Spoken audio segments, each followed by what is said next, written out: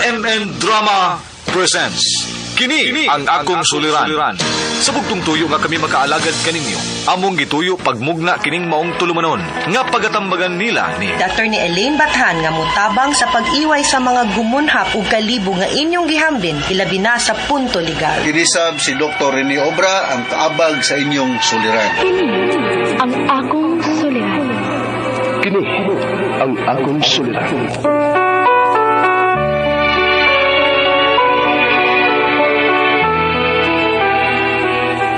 Sa atong pagkaymugso ng kalibutan, gikalawaan at ang daan sa atong suliran.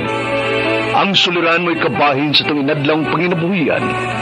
Aba na doon ay suliran nga dili mo mapasan nga ikaw ra. Nagkinahanglan kag katabang aron sa pagsulbad ni ini. Nagkinahanglan kag kahayag na may mulamdag si mong una-una. Ug tungod ni ini, natawag kini nga atong tulumanon nga nag-uluhan. Kini ang akong suliran. Kini ang akong suliran. Mga minubong duwa nga matapos lang sa usa ka hugna. Mga kinutlog gikan sa mga suwat sa mga minahal namong tigpaminaw. Busa kung naduna kamoy suliran nga naggumon karon sa inyong galamhan. Suwata ka na og ipadala ning atong tulumanon. Kini ang akong suliran. Aron kabuhatan ka na og duwa sa kahanginan og pagatambagan sa mga bulawan ng hunahuna.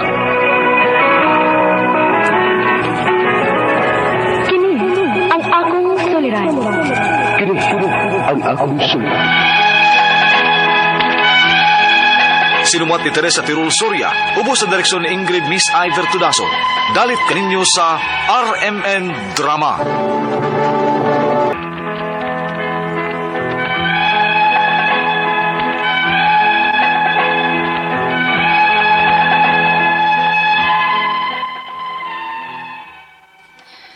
Mayong adlaw kaninyong tanan nga napaminaw karon, ning tulumanon kini ang akong suliran.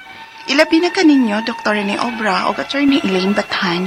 Ingon man, sa mga artista nga maghatag og kinabuhi ning akong suwat suliran. Tawgalan ko ninyo sa pangan nga Arlene, 25 years old, minyo, taga Cebu City. Punto medical og behavioral kining akong suliran. Kabahin kini sa kinaiya sa akong bana.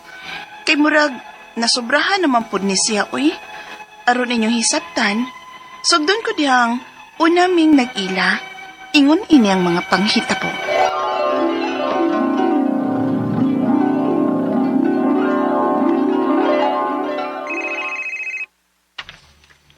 Sus, sa muka gyud aning Chelsea, eh?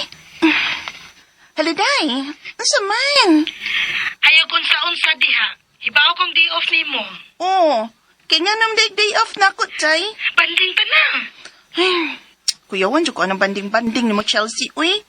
Kay, social kay kag-adtuan, uy. Makagasto tagdako ni mo. Hoy, dili baya matagigayon nga magpalibre ko ni mo, ha? This time, ako na sa daang taya. Ay, may kipasa pa kong novel, uy. O, hiba na bayagid ka na ako, ha? Kung makasugod na baya kong basag novel, no, di nagyud ko, ganahan mo undang, ay. Na, uy, kinaraan pa ng basa-basag novel, uy. Dili na maawa ang trend sa kalingawan sa atong generation karon, girl. Ang uso ron, laag-laag, shopping, og maghunting og boys. Amel. Sige na ba? Sige na. Ako lagi ang taya. Mag-coffee lang ta, girl. Sige na lang, uy. Yes! Apiton ta na lang ka diya, girl.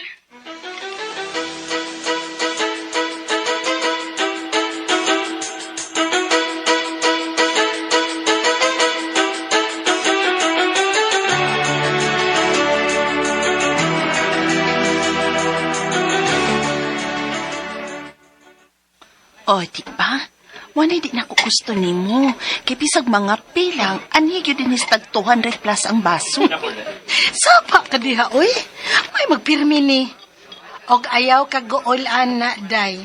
Hilibagi inanta naman ka nga akong taya karon. Whatever. So, kung sa imo nga kape, hot or cold? Oh, Uy, hot ba or cold? Oh, kasi na yung gitan. Oh, numurog na tulala ka man. Wow, guwapo og taas. Mao di ay, kita og gwapo nga bagong nison.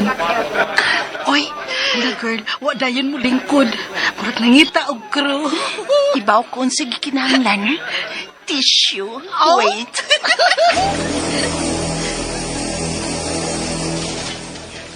Di ako yung tissue, sir. Here. Oh, thanks.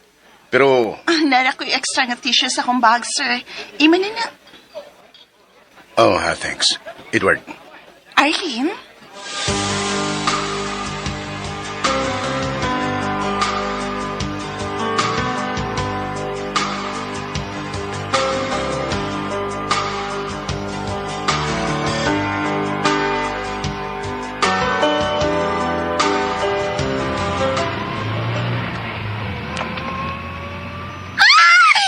Salamat kay for today, Jai!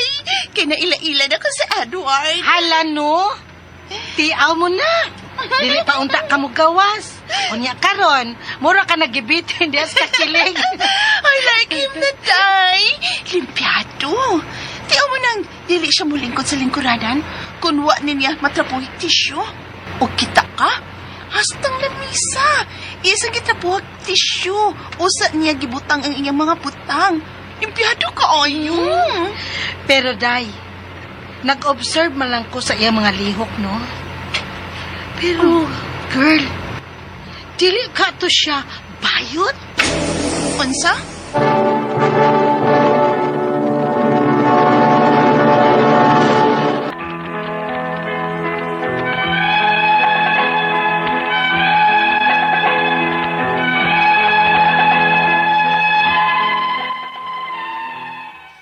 Sobra kalimpyado sa Edward. Mo'y akong ganahan niya. Ugnit kaya siyang manamit. Sa kadugayan namang uban-uban, akong nasuta nga, layo ra ang gidudahan sa akong amiga nga bating siya. Limpyado lang gid siya. Mong ako sad nga dili ingon anak ka arte, nakato na lang sab niya. Hangtod nga nanguyab siya nako. Okay, nakagusto man lagi ko, akong gisugot. Ug waray tuig, nagpropose na siya nako og kasal. Ingon ani kadali, kay magkasinabot raman sab mi. Apan, diyan ako nagka-problema niya nga naminyo nami. Unya? Len, tanong niya mga akong mga tools dire. Ay, akong gigamit. Nalimot kong uli, eh. Susya, oy. Paugray sa nga di ko gusto nga hilabtan ang akong mga butang dire. Ako na lagi ng iuli. Sorry na, God. Ako na lang. Kaya ko na disinfect. Ha? Di lagi ko ganahan nga hilabtan ang akong mga butang ug laing kamot. Kay mahugaw na. Kapoy kay limpyo. Oh, grabe ha. Ingnan bitaw ka nga ako nalilimpyo. Di pod ka. Pero di ba sa mo tarungon? Nasige, oy. Di na ako manghilabot, anak, sunod. Arte.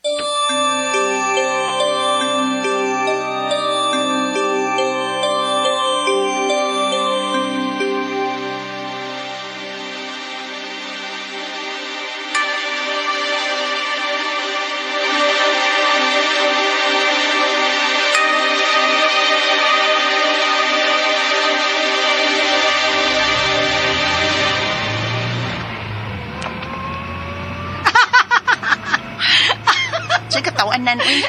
Mas ganahan ko nga mag-away mong Edward kay magkabanding ta. Sige girl, pagsige dyan mo kaaway girl. Ay kupon i-Chelsea ha. Di na ba ako komportable sa amo? Laliman mo. Kanang usahay di ta ganahang mag-half bath magabi kay wa ta maanad o naglain ang atong lawas. Pugson yung tagpakaligo oy. Kay og dili sa supa ko pakatulgon. Mabuang ko ng banan ni mo, Jai. Pero, maunay akong ganahan nga sobra kalimpyado. Pero nasobrahan rasad, uy, makasapot na. Mura ba og may kagaw ko nga dili siya modikit na ako. Ilabi pa kung gikan ko sa gawas o wa pa ko makaliko. Lain kayo nahunaon day, uy, nga bisag banan ni mo ba? Magduha-duha ka na og duol. Makapahiubos usahay, uy. Pila ba'y gasturog annulment? Oh, unsa? Amaw!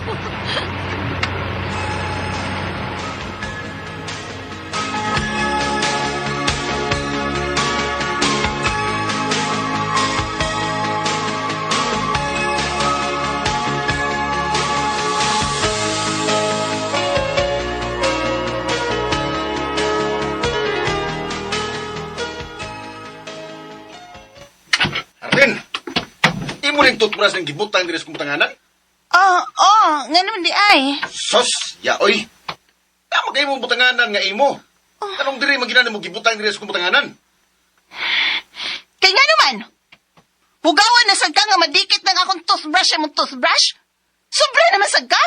Mura naman kung may sakit nga mananakod, ani? Di ka gusto nga magtapad ng atong toothbrush, pero perti kang makatsula na ko. Sobra na ka da. Magbuwag to, Edward!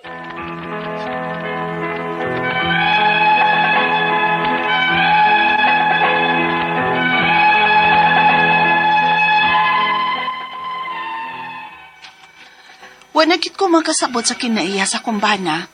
Ako ning gisuwayan og research sa internet. Murag doon sa simptomas sa germophobia, sakit nga mahadlok nga makagawan.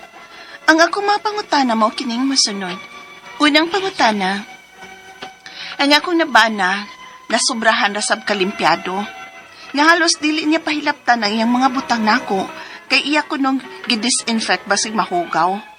Unsa man ni nga kinaiya? Ikaduhang pangutana, maski nang among kinabuhing minyo, naapiktahan na, kay dili man siya magpadug na ako kung dili ko makaligo daan. Unya usahay baya na ay maglain ang atong lawas, at tumaninon ko niya pakatukon sa sofa. Normal pa kahani? Ikatulong pangutana, nag-research ko aning iyang kinaiya. Duol siya sa may germophobia o OCD o Obsessive Compulsive Disorder. May treatment ba o maulian pa ka ni siya? Nga sukat pa man kuno sa una nga ingon ani na ni siya. Ikaupat og katapusan, dili na gyud mi magkasinabot sa kumbana tungod sa iyang sobrang kalimpyado nga permi na lang kung mahiubos. Dili ka ni siya binabay o bayot? Kinayang pagtatar nako. Pwede ba ning i-ground for annulment?